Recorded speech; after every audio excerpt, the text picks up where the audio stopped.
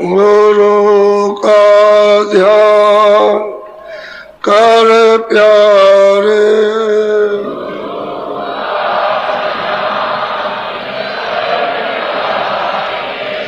बिना इसके नहीं छूटना।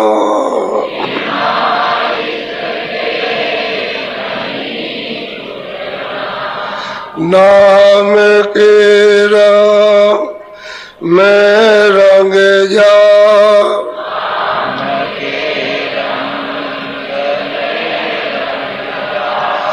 मिले तो धाम निज अपना।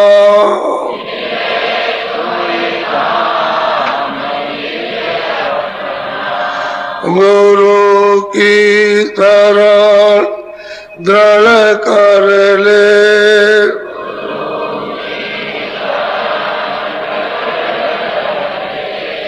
बिना इस काज नहीं करना।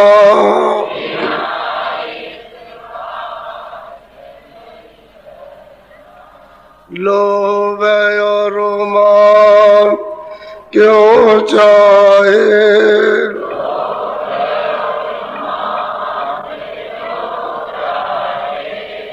पड़ेगा फिर तुझे देना।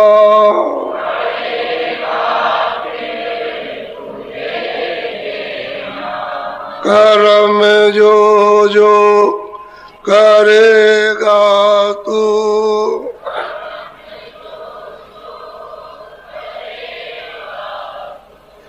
वही फिर भोग ना वरना।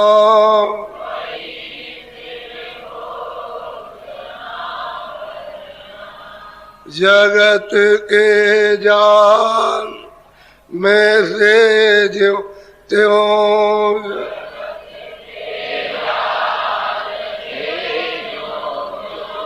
हटो मर्दान घी करना।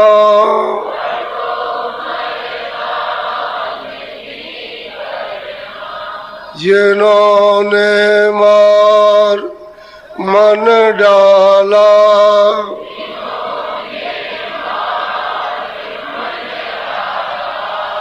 उन्हीं को तू माँ कहना।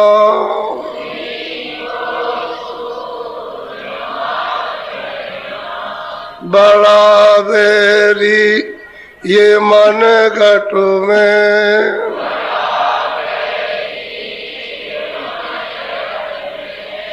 इसी का जीत ना कटना।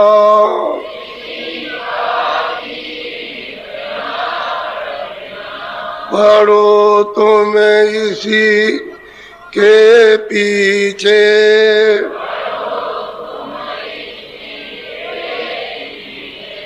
और सब ही यतन तजना।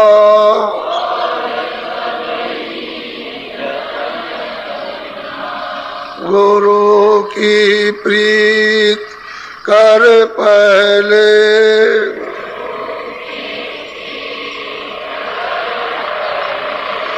और घट सब को सुनना।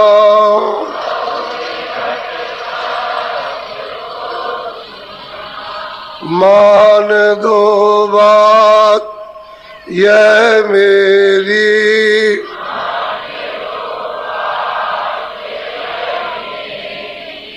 करे मत और कुछ जतना।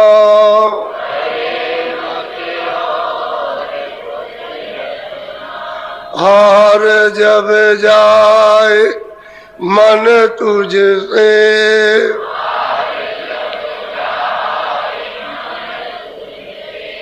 चढ़ा दे शोर को गगना।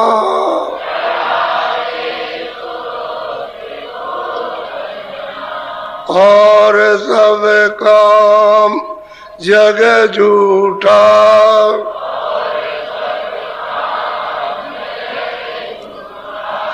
त्याग दे इसी को गहना।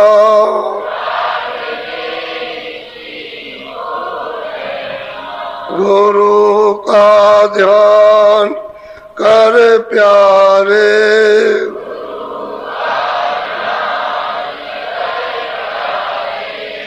बिना इसके नहीं छूटना।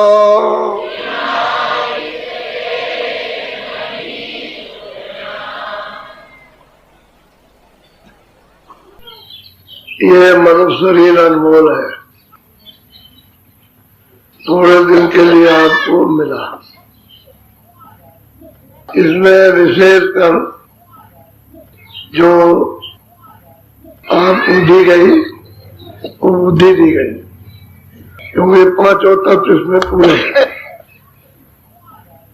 हमको ये सबको सोचना चाहिए कि एक जगह से दूसरी जगह जाते हो तो चल के ही तो जाते हो, किससे शरीर से। यहाँ से जाओगे तो चल के जाओ, पैदल जाओ, किसी सवारी से जाओ, लेकिन चल के ही जाओ। पैदल जाओगे तो जीवात्मा सूरत शरीर पर तो बैठी हुई है, तो शरीर ले जाएगा। पहले शरीर को किसी ने बैठा दो तो भी उसमें बैठी, लेकिन चल के जाना पड़ेगा। बगैर चल के गए हुए वहां नहीं पहुंच सकते।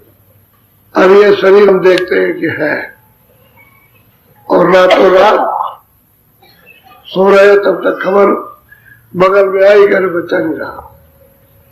अरे स्त्री ने घबरा के उठे और देखा, बहुत बुलाया, कौन बोले? बोलने वाला तो जो था वो तो चला गया, वो तो चेतन था, वो तो निकाल दिया।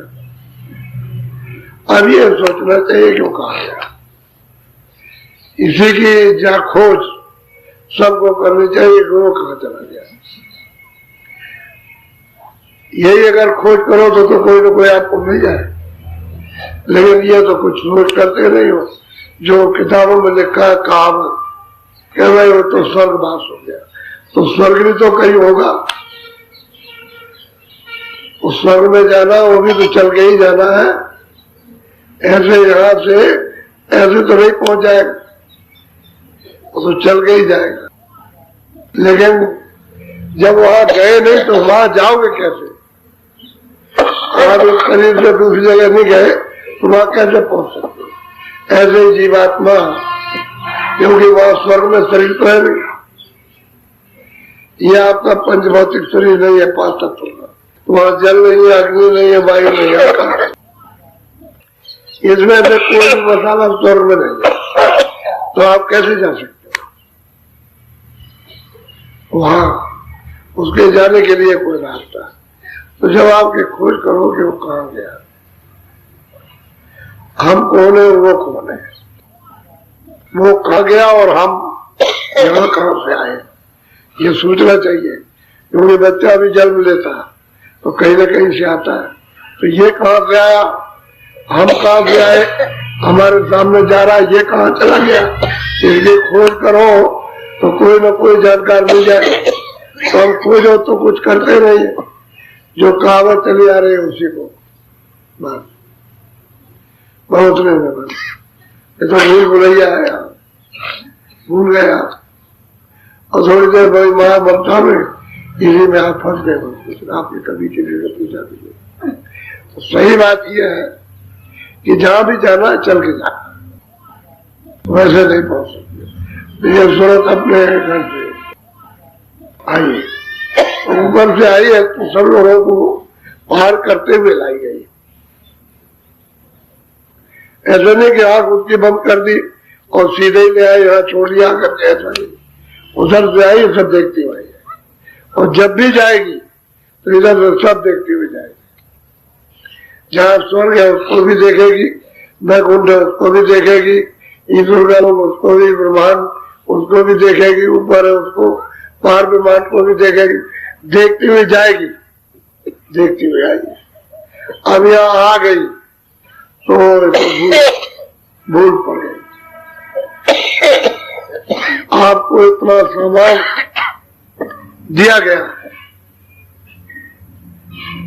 हर तरह का सामान शरीर के लिए, कि आपका ध्यान रखते इसको उठाकर ये रखा, इसको उठाकर ये, इसको उठाकर ये, इसी में आपका ध्यान बढ़ गया, सुख सुविधा में बढ़ गया।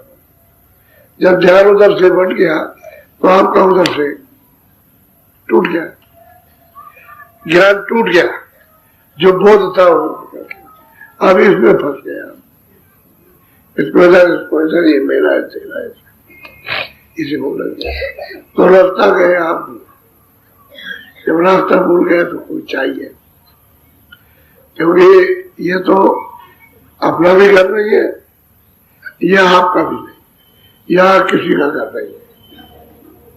कोई भी आया उसके यहाँ घर है, नहीं तो परदेश है, और जहाँ घर है वहां पहुंच नहीं पा रहे।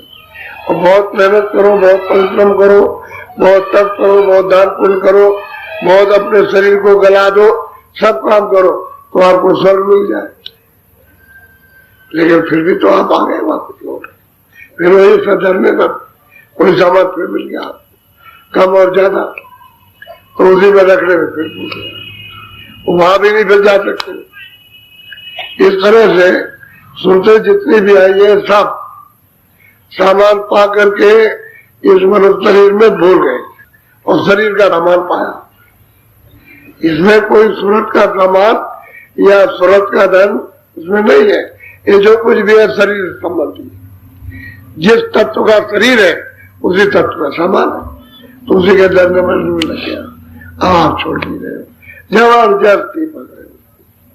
यदि ये आपको मालूम होता है क्षणों के लिए कि हमारा नहीं है, यहाँ कोई हाथ नहीं लगा सकता, ले नहीं जा सकता, जा नहीं सकता, कोई कहेगा हम ले आएंगे या ले जाएंगे, कोई कुछ नहीं जा सकता। ये सब सामने बिल्कुल देख रहा, और आपको इतना बोध होता है थोड़े समय के लिए, लेकिन इससे ये उस माया का आवरण है।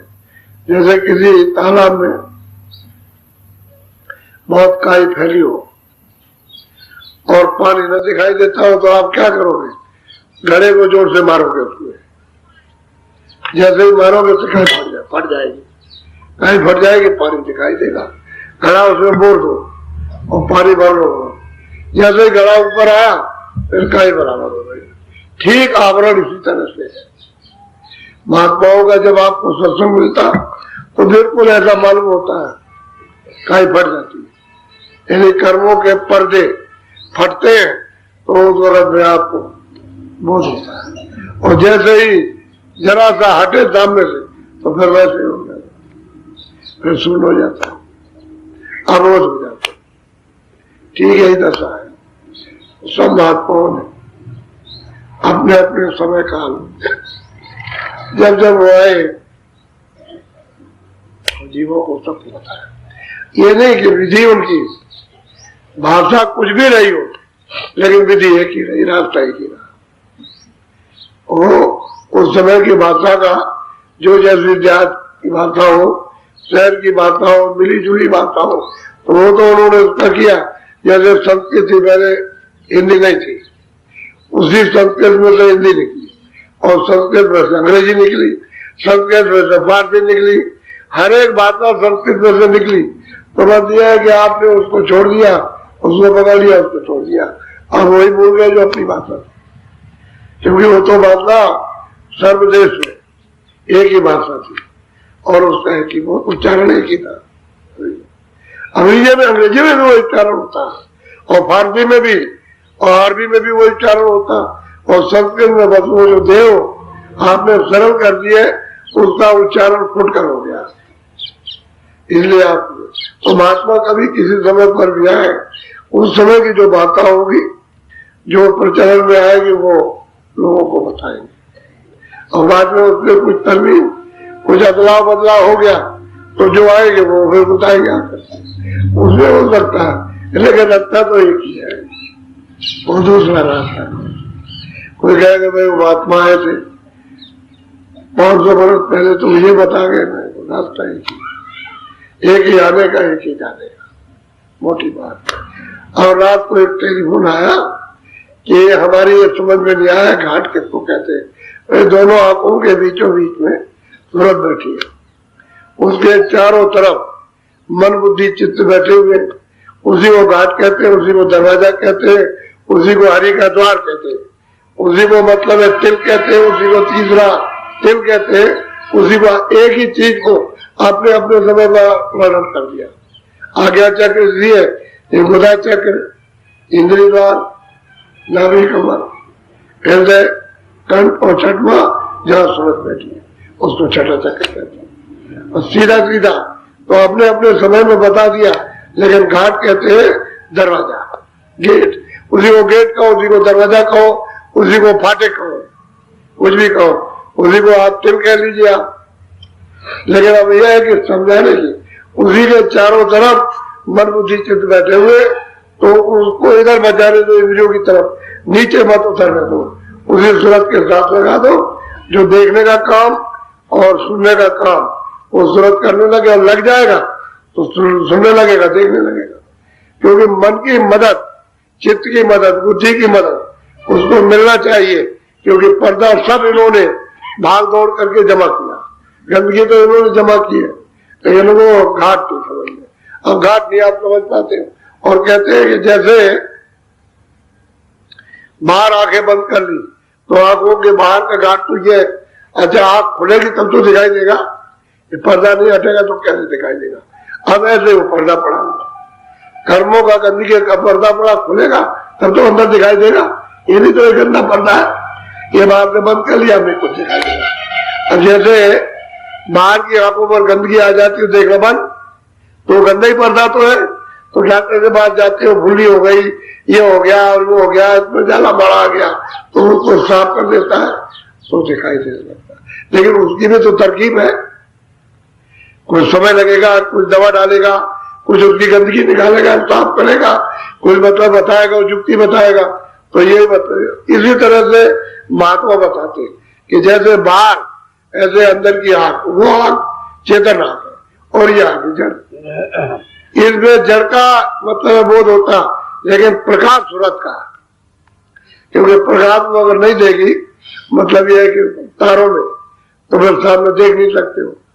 प्रकाश जब सिमट जाएगा उसका तो फिर नहीं आपको दिखाई देगा, वो प्रकाश देगी तो आपको दिखाई देगा। ऐसे अंदर में उसके ऊपर में जो आवरण आ गया और तार ऊपर के, उसके मतलब ये है कि गंदे हो गए, इसलिए उसको ऊपर से दिखाई नहीं देता। तो जैसे बाहर देखते हो आंख खोल के, ऐसे ही आंख खोलो और अंदर देखने लगो तो अंदर दिखाई देने लगे। अंधे आदमी को खड़ा करो, अभी यहाँ 2-4 दिन में एक अंधा आया, तो भाई तुमको बाहर तो दिखाई देता है, कह लगे बाहर तो नहीं दिखाई देता, तो फिर जो अंदर भजन करता कुछ दिखाई सुनाई देता, अंदर से देता है, अंदर से देता है। जैसे बाहर की चीजें देखते हैं ऐसे अंदर से देखते, वो कहती है, कहते वो तो बड़ी आनंद आएगा, बहुत आनंद ऐसे अंदर में।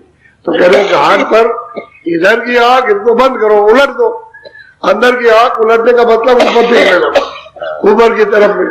ये नीचे देख रही दोनों आंखें और अंदर की एक आंख ऊपर देखेगी। तो बात तो समझाने की अपनी युक्ति एक ही है, उसमें कोई फर्क नहीं है। वही उन्होंने कहा था व्यास जी ने कि बड़ी आदर्श यानी पुरुषों की, बड़े लोगों की मूर्तियां बना दो, जिनको उन्होंने समझा आदर्श पुरुष है, ये धार्मिक है, यह है, उनकी मूर्ति बना दी। और पहले मोटी आंख वाली बनाई, बड़ी, ऐसे पतली आंख नहीं, बड़ी आंख थी, तो बना दिया और कहा एकांत में उसकी स्थापना करो, वहां इनको रख दो और वहां जाओ जंगल में, इधर उधर कोई आदमी ना हो, ऐसे बैठ करके अपनी आंखों से उनकी आंखों पर दृष्टि जमा, एक टक होकर ऐसे दृष्टि जमेगी, जब दृष्टि हिलेगी, हिलना डोलना बंद करेगी, फट से आंख बंद कर लेना, अंदर की आंख खुल जाएगी। ये अंदर जाने का उपाय युक्ति बताई थी उन्होंने। तो कुछ दिन तो लोगों ने किया, लोगों को लाभ हुआ, और उसके बाद में वह थोड़े दिन के बाद लोग भूल गए उसको, क्योंकि वो चले गए, बस भूल गए। फिर ले आए उसको गांव के करीब में, फिर और गांव के, फिर मोहल्ले में ले आए, फिर घर में ले आए, अब यहाँ करने लगे। वैसे एकांत के लिए कहा था, ये एकांत में ये साधन होगा तब दृष्टि उल्टेगी, तब तुम्हारी दृष्टि एकाग्र होगी। और जब एकाग्र हो जाए तो इन आंखों को बाहर की बंद करो और अंदर की आंख देखो तो आंख हो जाएगी। तो युक्ति उन्होंने बताई थी, उपाय तो ये बताया था अंतर्दृष्टि खोलने का, और आपने बस शुरू कर दिया मनोरंजन। तुम्हारा तो दृष्टि को ठहरने का काम नहीं हुआ, तो क्या करोगे? महात्माओं ने बताया तो सब कुछ है, लेकिन आप उसका उपयोग नहीं कर रहे। अब जरा सा आप समझ, हम कहाँ थे और कहाँ से आए और अब कितनी दूर पड़ गए, कहाँ के थे, कहाँ से आए और कहाँ आ गए, अब अपना घर यहाँ से कितनी दूर है वो समझने की बात। और जरा सब सुनो आप थोड़ा ध्यान देकर। तो गोस्वामी जी महाराज ने ये सब कुछ अपने गांव में और राजापुर में जहाँ जन्मे थे वहां ये सब कुछ जान लिया और वो मतलब काशी चले गए। काशी, काशी कहते हैं वाराणसी, बनारस, काशी चले गए। वहां उन्होंने अपना होते ये जीवात्माओं को जगाने का शुरू किया। तो उन्होंने वही, यहाँ तो उन्होंने संकेत दिया कि हमने जो वस्तु प्राप्त की है वो वहीं पर प्राप्त कर ली थी, लिखा हुआ, कहा उन्होंने प्राप्त हुआ किया और लिखा है काशी में जाकर। तो जरा सुनिए बड़े ध्यान से, करो। तुलसी कहत बुझाई कर्मा धर्मा सब सुनो। अब इन्होंने रब पूछा कि भाई हम कहाँ के रहने वाले, हमारा मालिक कौन है? जब सत्संग सुनते सुनते सुनते सुनते जब इतनी प्रखर, इतनी मतलब विवेक बुद्धि आई तो पूछते हैं कर्मा धर्मा जैन, कह रहे हम कहाँ के रहने वाले, कैसे आए? आपकी दया कृपा हो जाए तो थोड़ा सा सुना दीजिए। तो वो बता रहे समझा के, पहले बुझा करके बता रहे। बुझाने का मतलब दिखाना, वो दिखा के बता रहे, ऐसे नहीं कैसे बता रहे। बोलो। आगे कहो लखाई मोक्ष विधि दर्शाई। कहते हैं कि भाई मैं तुमको ये बताऊंगा कि आगे जो रास्ता चल रहे हो तो आगे क्या है, मुक्ति कहाँ होती है। लोग तो मुक्ति मुक्ति करते हैं, मुक्ति का कोई स्थान स्वर्ग वैकुंठ में तो है नहीं, ईश्वर के लोक में तो वहां है नहीं, और ब्रह्म के भी लोक में नहीं, ना ब्रह्म स्थान पर। कहते हैं कि भाई मुक्ति भी दर्शाऊंगा और लखाऊंगा, लगाने का मतलब दिखाऊंगा, देखिए मुक्ति है।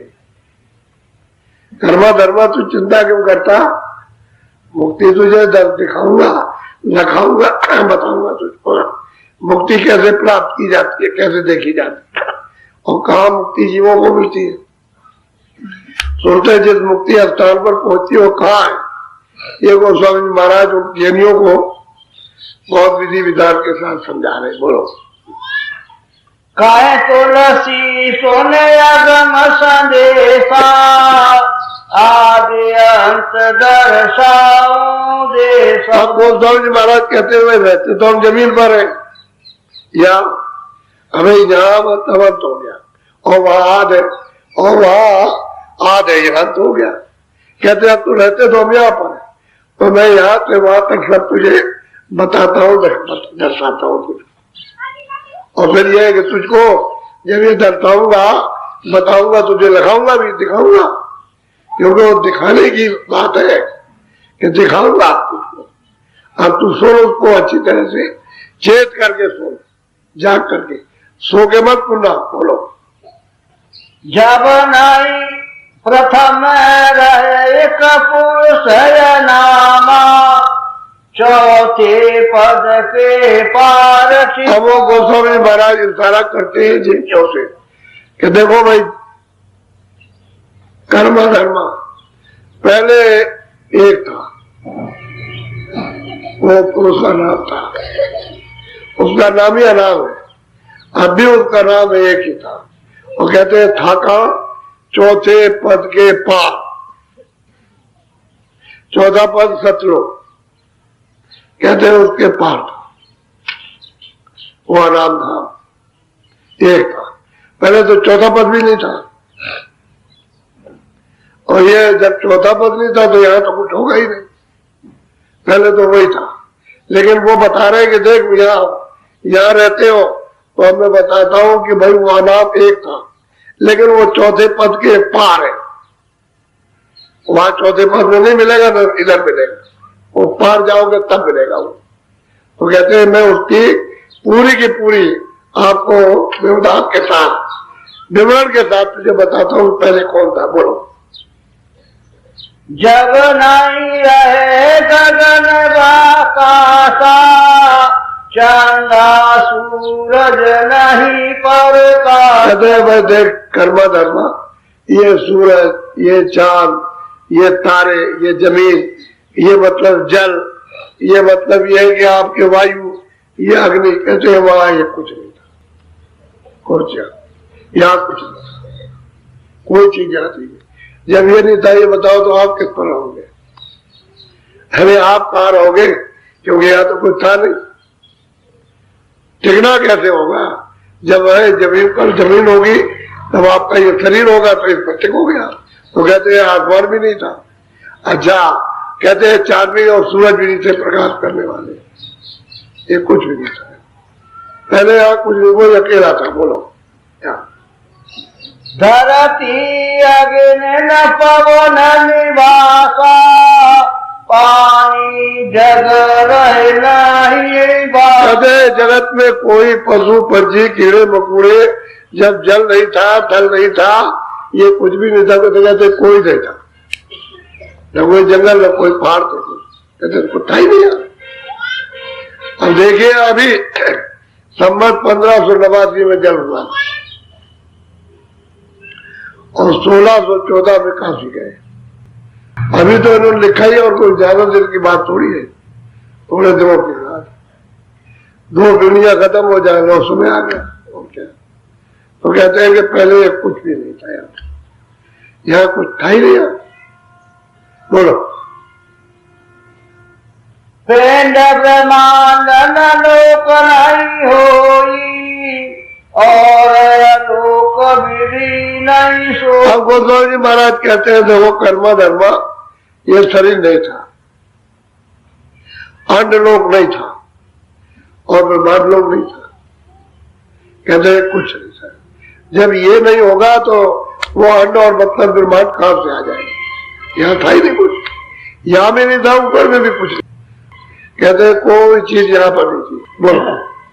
चौथा पद रचना नहीं छानी, ताके आगे पुरुष ना। हाँ, वो कहते हैं गोस्वामी जी महाराज देख कर्मा धर्मा चौथे लोक की जो सतलोक है, कहते हैं उसकी भी रचना, अरे उनकी मौज नहीं, उस वक्त रचना नहीं की थी लोग, तो चौथे पद के पार अनामी।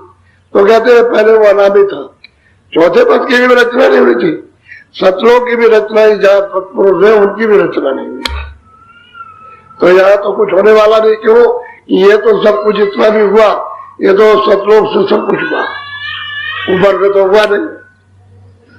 तो कहते हैं सतलोक भी नहीं था, कहते हैं वो सतपुरुष भी नहीं थे, उसकी भी रचना का कोई मतलब निजाम नहीं था, कि मौजी नहीं थे उस वक्त, रचना ही नहीं उन्होंने की थी, वो तो अनामी थे सब। बोलो। सासुलर सत साहिब भयऊ, सत्य नाम संकलन। अब कहते हैं कि जब उस अनामी पुरुष की मौज हुई तो उनकी हिलोर से, उनकी मौज से कहते हैं सतनाम, यानी सत्पुरुष जिनका नाम सतनाम है वो उन्होंने स्थापित किया।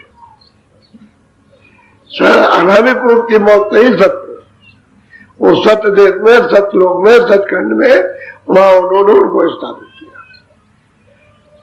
उनके पहले तो वहां भी नहीं था, और नीचे तो कुछ होता ही नहीं। कहते हैं कि रचना उसी अनामी पुरुष की ही मौत इच्छा से, उनकी हिलोर से अब शुरू होगी। बोलो। या की विधि विधि गति गाई, बिना सत्संग नहीं दर्शन। कहते हैं कि भाई जब तक सत्संग नहीं मिलेगा उन महापुरुषों का जो वहां आते और जाते हैं, जिनको पूरा ज्ञान प्राप्त हो गया, कहते हैं कि जब सत्संग नहीं मिलेगा तो बेचारे किसी को अगर सत्संग मिल जाए तो ये पूरी विधि, उसकी गति, उसकी पहुंच, उसका विस्तार, यानी किस तरह से हुआ है और कब था, कब से हुआ, ये अब सत्संग से मालूम होगा। जब तक सत्संग महापुरुषों का नहीं मिलेगा तब से नहीं। अच्छा, 700 वर्ष पहले कोई संत थे नहीं। कोई आदमी कहे कि 700 वर्ष पहले संत आए नहीं, और 700 वर्षों के अंदर आए तो वो कौन सा समय था? कल जुगता है। अभी इन्होंने बताया, पहले तो किसी ने बताया नहीं। वे तो शास्त्रों में तो है नहीं, पुराण में तो है नहीं है। ये तो अभी संत आए तब उन्होंने बताया, अभी फकीर आए तब उन्होंने कहा। इसलिए फकीरों की जो किताबें संतों की है उनसे मेल खाती नहीं। वो कहते हैं कि नहीं हम नहीं मानते।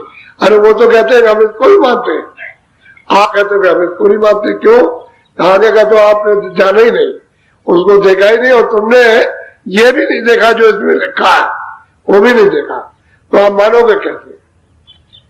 तो आग के अंधे और गांठ के पूरे, तो क्या करेंगे जब बुद्धि में नहीं है, जब आत्मबोध ज्ञान नहीं तो कुछ नहीं है। तो कहते हैं कुछ सत्संग के बगैर कुछ नहीं हुआ। बोलो, हो सत्संग कहो सब लेखा, खुले ने नहीं हृदय से। कहते हैं भाई जब सत्संग जब मिलेगा तो कहते हैं तब उसके हृदय का, जो दोनों आंखों के बीचों बीच में, यही तो उसका हृदय। कोई हृदय तो ये नहीं है, न यहाँ गले में, न इधर नीचे नाभि में, वो तो सूरत का जो हृदय ये है। कहते हैं कि जब सत्संग मिलेगा तो ये हृदय के, तब वो नेत्र खुलेगा ऐसे। और सबके पास, यानी तीसरा नेत्र सबके पास, और सबका बंद है। और जब सबका बंद है तो सब अंधे, इतने सब अंधे हो, और एक अगर कुछ कहने लगे तो सब कहेंगे झूठा है। वो देख रहा और वो मतलब देखते नहीं है, इसलिए कैसे प्रतीत आएगी, विश्वास कैसे होगा? तो कहते हैं जब तक सत्संग नहीं मिलेगा तब तक हृदय का नेत्र खुलेगा नहीं। वो युक्ति बताएंगे, फिर हृदय को साफ करेंगे, शुद्धि करेंगे, मन को, बुद्धि को, चित्त को, अंतःकरण को, हृदय अंतःकरण। जहाँ सूरत बैठी है उसके चारों तरफ मन, बुद्धि, चित्त बैठे हैं, उसको साफ करेंगे। और फिर यह है कि रोकेंगे इंद्रियों के घाट पर, कि भाग भाग करके जाता है तो वहां से कुछ मिलता नहीं, तो उसको रोकेंगे और घाट पर लगाएंगे। घाट कहते हैं दरवाजा, उसी घाट पर बैठाएंगे ताकि सूरत का साथ दे और उसकी आंख खुल जाए। कहते हैं बिना सत्संग के हृदय का नेत्र खुल नहीं सकता, किसी का नहीं खुलेगा। बोलो, तीनों लोक पार है चौथा, ताके परे अना। अब वो प्रमाण दे रहे हैं कि भाई 3 लोग हैं, एक तो ये मृतलोक, एक अंडलोक और एक ब्रह्मांड लोक, और उसके बाद पार ब्रह्मांड। तब जाकर के उसके परे कहते हैं सतलोक है, वो सतधाम है, जहाँ सत्य साफ रहते वहां। अब बहुत दूर है, यहाँ तो है नहीं है, और रास्ता उसका एक ही जाने का, दूसरा कोई रास्ता नहीं। अंदर तुम्हारे सबके रास्ता, और उनकी डोरी पड़ी हुई है। लेकिन अब यह है कि जब तक सत्संग नहीं मिलेगा तब तक डोरी नहीं मिल सकती। वो शब्द की डोरी, नाम की डोरी, आवाज की डोरी, वो जब तक नहीं मिलेगी तब तक, क्योंकि सूरत शब्द रूप है, इसमें भी शब्द है, लेकिन वो शब्द से अलग हो गई, इसलिए बारी बारी आवरण में फिरती है।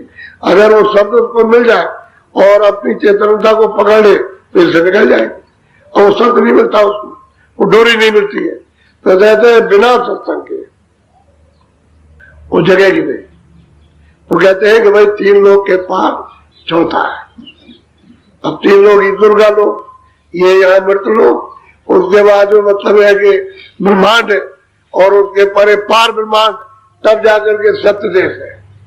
तो कहते हैं वो तो सत्य देश तो उसके पार है, ये सब तो वही सत्य देश ही सब हुआ, अनामी धाम से भी नहीं कुछ हुआ, सब सत्पुरुष की मौज मर्जी से हुआ।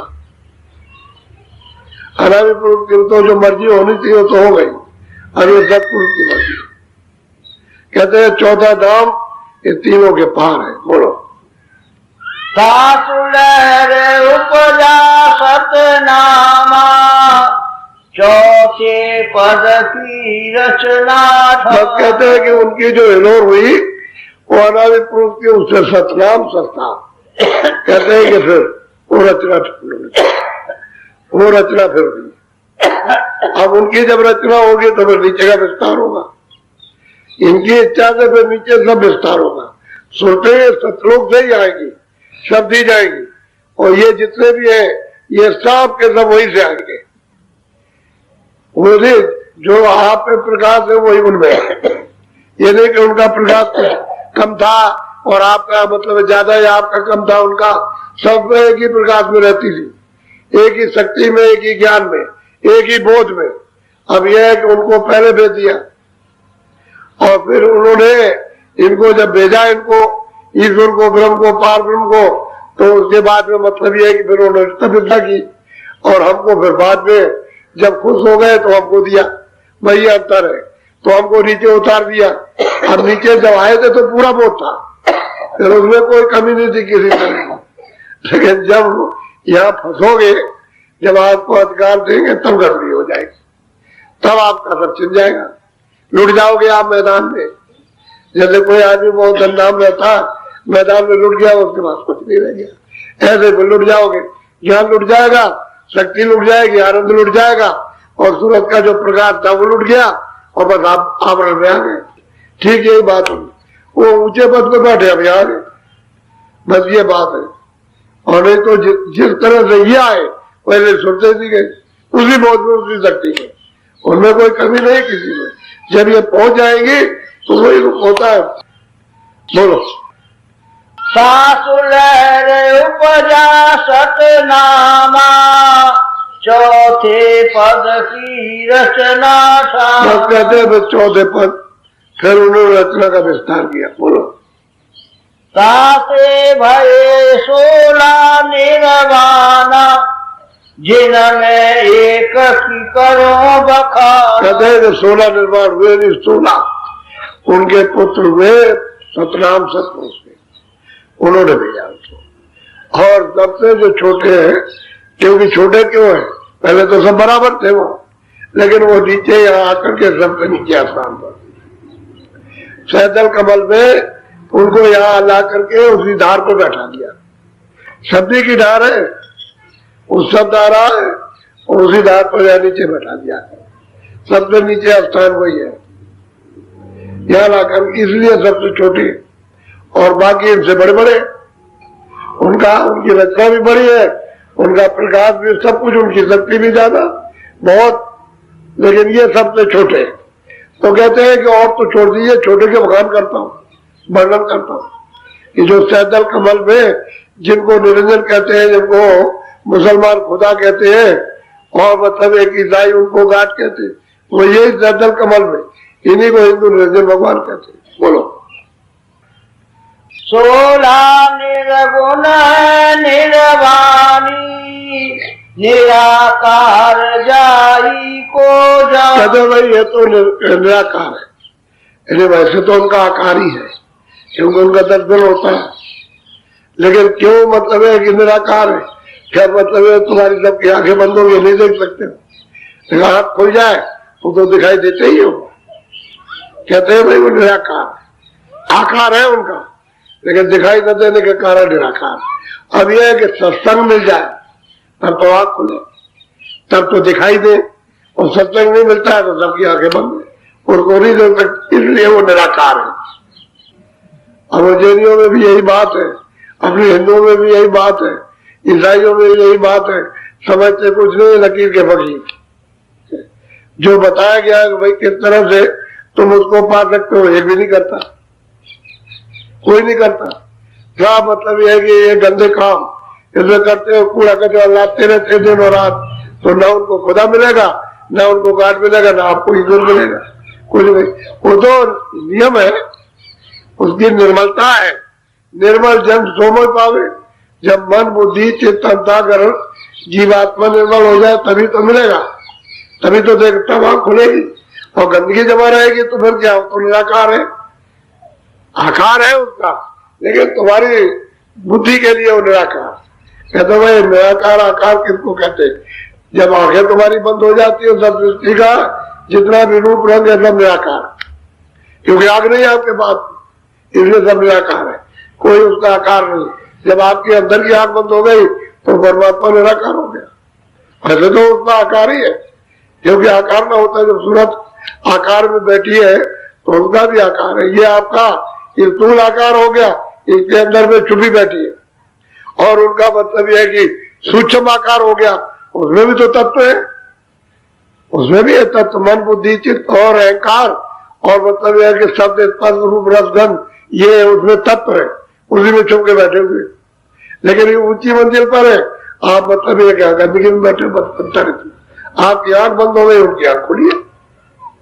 उनके पास शक्ति है, आप अपना शक्ति हो गए, आपके पास शक्ति छिन गई। अब वहां पहुंच जाओ तो मतलब आपके पास भी शक्ति आ जाए। तो कहते बिना सत्संग के ये भेद मालूम नहीं होगा। अब ये उस वक्त तो इन्होंने जो वर्णन किया तो किताब थोड़ी लिखी थी, किताब तो उन्होंने बाद में लिखी है, बताया तो लोगों को पहले ही है कि भाई इस तरह से रचना का विस्तार ऐसे ऐसे हुआ। बोलो। ज्योति निरंजन सोई काई, ताको संत काल। कहते भाई ये ज्योति निरंजन भगवान है, इनको संत काल कहते हैं। क्यों? कि मतलब ये कि अब ये जगत का विस्तार करेंगे अपना, ये तीन लोग का विस्तार करेंगे, ये यहाँ की रचना का। इसलिए मतलब ये है कि देते हैं और छीन लेते। आपको दिया छीन लिया, इसे वो काल कर। जो कर्मों का विस्तार कर दे और कर्मों में बांध ले, इसमें पाप और पुण्य में बांध करके सजा दे, वो उसी को काल कहते हैं। और क्या? और जो यहाँ से निकाल के ले जाओ उसका नाम ध्यान। तो कहते हैं संतों ने उनको काल कहा। कर्मों का विस्तार तो इन्होंने किया और हम सब जीवों को इसमें अधिकार देकर बता लिया, ये पाप पुण्य अपना अपना करो और अपना अपना भोगो। बस जीव अपना करते रहते हैं, भोगते हैं, और उसके बाद 4 खानों में 84 लक्ष्यों में चले जाते हैं। अभी जाते क्या देर लगती है? अरे शरीर कितने दिन का है? थोड़े दिन है अभी। अब बहुत उम्र चली गई, थोड़ी रह गए हो जाते हो, कोई उधर जा रहा कोई उधर जा रहा, जा ही गए, निकल जाओगे फिर उधर, वहां जाकर के बंद कर देंगे। तो अगर बंद कर देंगे तो पशु पंछी कीड़े मकोड़े वहां जाके बंद करेंगे तो चले डाल देंगे नरकों में। तो जीव रोते चिल्लाते रहे, वो सुनता कौन? कर्म भाव दिया। बोलो। शास्त्र नाम कहे निर्वाणा, सोई जीव को काल। अब वो कहते हैं कि भाई तुम्हारे मत में, अरे भाई कर्मा धर्मा तुम्हारे मत में इसी को निर्वाण पद कहते हैं। सहजल कमल ईश्वर को ही, जो ज्योतिष स्वरूप है निरंजन भगवान, इसी को निर्वाण पद कहते हैं। कहते हैं कि भाई यही तो काम स्वरूप है, मतलब है जीवों को सजा देना, ये इन्हीं का काम। जो सजा देता है छुटकारा तो कर नहीं सकते, कहे कि माफ कर देंगे, माफ उनसे नहीं हो सकता, वो माफी का नहीं मामला, उनके हाथ से निकल गई चीज। अब संत ही माफ कर सकते हैं, दूसरा और कोई नहीं करेगा। और नहीं कोई कर, न ब्रह्मा कर सकते हैं, न विष्णु कर सकते हैं, न शिव कर सकते हैं, न देवी देवता, न ईश्वर कर सकते। अगर माफ करेंगे तो संत करेंगे, नहीं तो कर्मों का जो भी अच्छा बुरा पाप पुण्य होगा उसको सबको अपना अपना भोगना, बचेगा नहीं।